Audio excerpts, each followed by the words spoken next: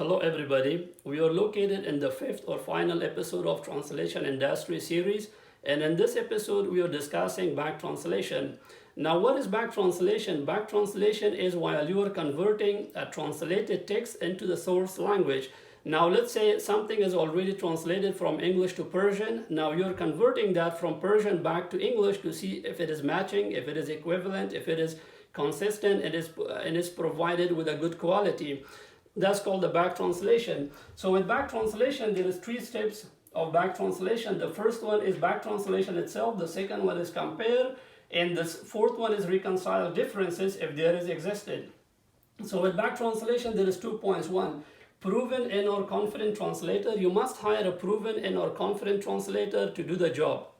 In some countries, there is a legal process of certification for professional people like United States, but in some countries there is no legal process of certification. But even in those countries, you can find certified and experienced and confident people, so you can do the job through them.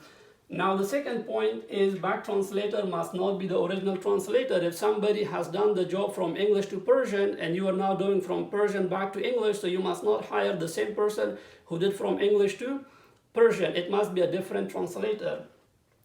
Now with the compare, there's 2 points. Identify the difference of meaning. Once you are done with the back translation, as I said, it's translated from English to Persian. Now you're doing from Persian to English. So you have to identify the differences. If there is any difference of meaning, you should find out that.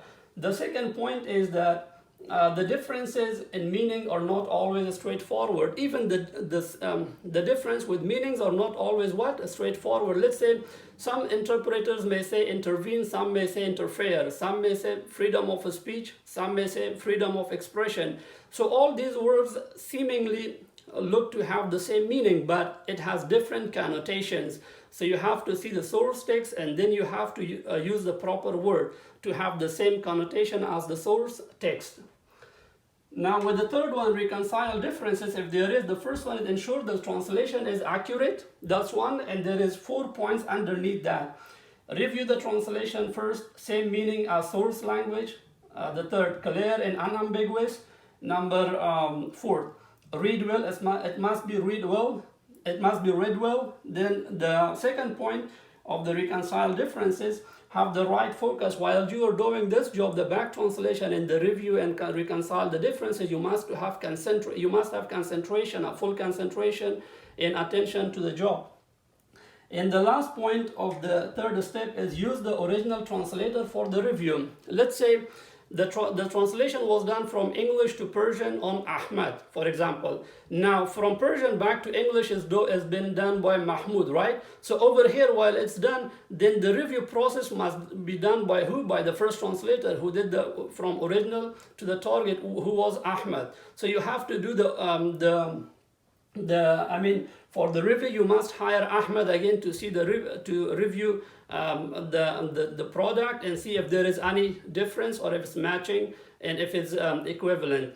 So my brothers, this was a very short introduction to the back translation, and I hope you have grasped what you are looking for. And also please share this video with other brothers and sisters who are in need of such education. Inshallah, you will get reward for that, and I get reward for that. Thank you so much. You have a nice time.